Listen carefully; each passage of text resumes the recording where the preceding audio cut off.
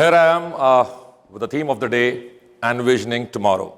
Ladies and gentlemen, boys and girls, esteemed guests, and my dear friends, let's embark on the journey of fascinating realm of entrepreneurship. So entrepreneurship, it's a kind of word which you are listening from like past few years, and sounds like it's a fascinating word which is in air nowadays. But if you Google for entrepreneurship and an entrepreneur, then the best lines you're going to find are, entrepreneurship is a process of creating, developing, and managing a new business venture with the aim of generating profits by creating values. So unless you don't have a value, you're not an entrepreneur. Whereas if we Google for an entrepreneur, he is an individual who takes financial risk to start and grow a business by using innovative ideas and strategies and capitalizing the market opportunities. Now, if you heard me carefully, there were certain words in past sentence. They were like managing, creating, developing, financial risk, capitalizing market opportunities. And most of these things we barely learn in a formal education. Bitter but true. She's a girl, he's a boy, there is a doctor, I'm a teacher. But who is an entrepreneur? If you go back, there are people sitting who are of my age, like 30 plus, I'm 40 although, but I'm talking about all the people sitting here who are 30 plus. When we were kids, we had variable career aspirations at different ages. Few of us wanted to become IPS, IAS scientists, maybe others doctor or an engineer. Few may had dream of becoming a singer or an artist. But today, unfortunately, most of us professionally are not the same as we planned way back. I wanted to become a businessman. Both my parents were in job. Father being a doctor, mother a psychology professor. They were amazing parents. But unfortunately, they never had a business acumen. So for most of us, the first place of learning is our house. But for me, it wasn't. If we reflect back to the Gurukul days of ancient India, where education was not limited to the conventional studies, but the holistic development of a student was required. Every student was just not a scholar. He or she need to learn all the nitty-gritties of life that we even need today. Let me take you to the time when I was thinking of becoming a businessman, but as I shared, my parents were not having any business acumen. So finally, I dropped the idea. Being with the flow, I completed my engineering. Within a couple of months, I realized that this is not my cup of tea. Somehow, I completed the engineering, started working with a IT company, and then the next few months were like hell sucking. I just wanted to run away that place, and I did. Sitting at home, doing nothing.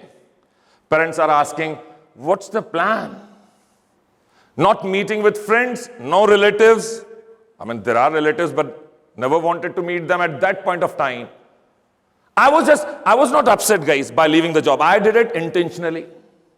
I was not at all demotivated, let me share with you. I did it intentionally. But I wanted to search what's next. What's my cup of tea? If it was not my cup of tea, then where is my cup of tea or coffee or cold drink, whatever it is? And I took a month or so, and I decided that now I have two options. Because I realized in those period of, doing work and meeting people, during my education, during my job, that I'm good at communicating with people around. So there were two options. The very first one was politics. The second one was to be a teacher. So I decided to become a politician. One fine morning, I was like all set to go to become a politician. Picked up my bike, took a whole big round of the entire city and came back after 1.5 hours. And then my mother asked me, so what about you, Netaji? I said, there is no organization or institution which can teach me how to become a politician. So I dropped the idea. I don't know how to do it. But yes, I would love to go for the second choice, that's to become a teacher. And now how to become a teacher? Although being an engineer, I was good at mathematics. I'll not say I was as good as Paresh was. I mean, like in merits and all. But yes, I was good at mathematics, so I decided I'll be a mathematics faculty. So now, every day I was searching for some vacancy, some opening with the institute. And then, one fine day, there was an opening in a small coaching institute. They were asking for all sort of faculty members, all the subjects. So I just went over there and I applied as a mathematics faculty.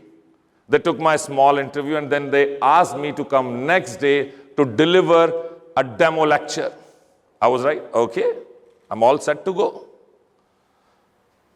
Which topic you are going to teach, Vikram? I'll say, sir, I'm amazing at mathematics. Tell me, which topic you're going to learn from me? Anyways, we decided on a topic. I went home. As I said, I was good at mathematics, but entire night, I kept on preparing the topic. Next day, when I reached back to the institute, and then they showed me there was a lecture theater. I entered inside the lecture theater and I was amazed. There were no students.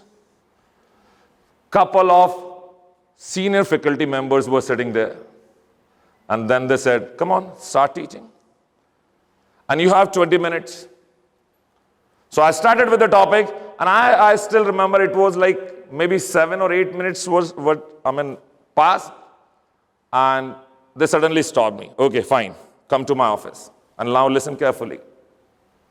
I went to the office along with the guy, and then he asked me straightforward, what's your expectation? So I was like, oh, I got selected. So what's your expectation? But as it was my first job as a teacher, so I was a bit hesitant. Then I played this smart way. I said, what is your offering? And now here comes the gist of the story. He offered me some X amount. And the moment he offered me the X amount, I was like, oh. You know what comes after X? Come on. Y. And after Y? So I was expecting some Z amount. He offered me X. So looking up to me and just reading the face, he said, okay, you're not okay with it. So that's why we asked you how much you want, what's your expectation is. Now this was a time I should not keep mum. So I said straightforward, I want Z amount. X is not for me. And the same very moment I got a reply, the person sitting right in front of me, he said, we do not offer X amount to a mathematics faculty. If it would have been physics, then we could have given you this Z amount, whatever you ask for. And guys, the right next to that particular moment, I straightway said and asked him, when I can give you demo lecture for a physics faculty. That was my first day and the last day as a maths faculty. I started teaching physics, and it's been more than 19 years. Point is very simple. If you have something in your mind, you want to achieve it, you have to go extra mile. I decided I'll prepare my physics. If it would have been Sanskrit that day, today I would have been doing Mangalam Mangalam.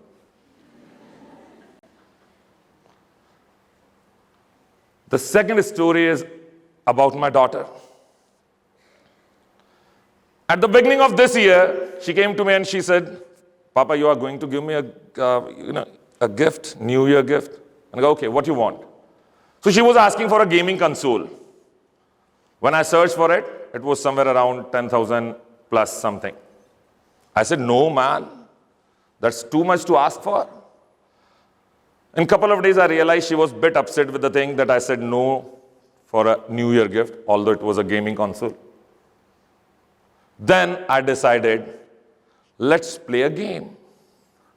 I called Anna, that's my daughter, and I said, Anna, if you can help your mother in managing house finances, and if you can cut down some of it, a part of it, you can bring down the expenses up to a certain level, then maybe I can finance your gaming console. And she was more than ready to do this. She's just 11.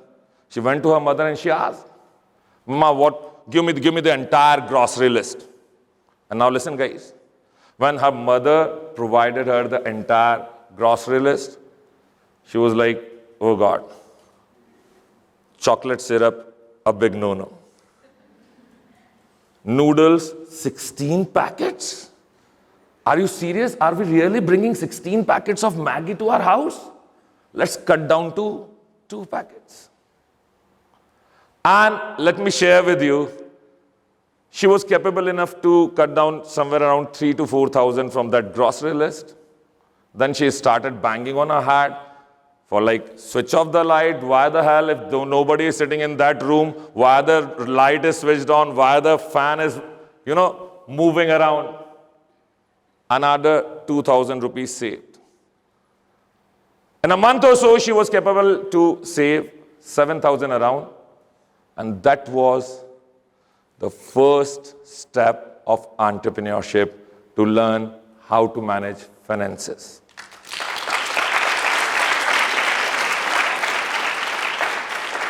The third story is about my accountant, the person who works at my office from past so many years, Radheshamji. He's a 50-year-old guy, very amazing man, very dedicated to work, very loyal, very humble. One fine day, his son just popped up in our office with a chair.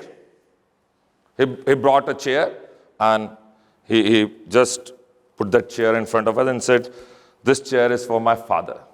I just asked, and the chair was very beautiful.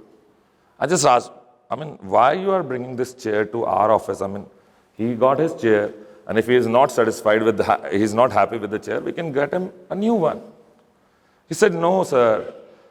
My father used to say that throughout the day I have to sit and I have a sitting job. My legs are getting numb, and I'm having some back issues and blah, blah, and blah, blah. So he's having some health issues. So what's there in the chair?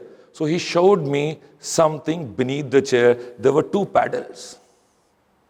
Those 2 paddles, he just pulled out that rack, and that rack was having 2 paddles. Along with those 2 paddles, there was a wheel connected with a conveyor belt. I was like, what the hell? What's going on? Well, sir, I created this chair for my father. Now, while doing his sitting work, his office work, his computer work throughout the day, he can paddle anytime he wants. And now he won't be feeling that numb in his legs.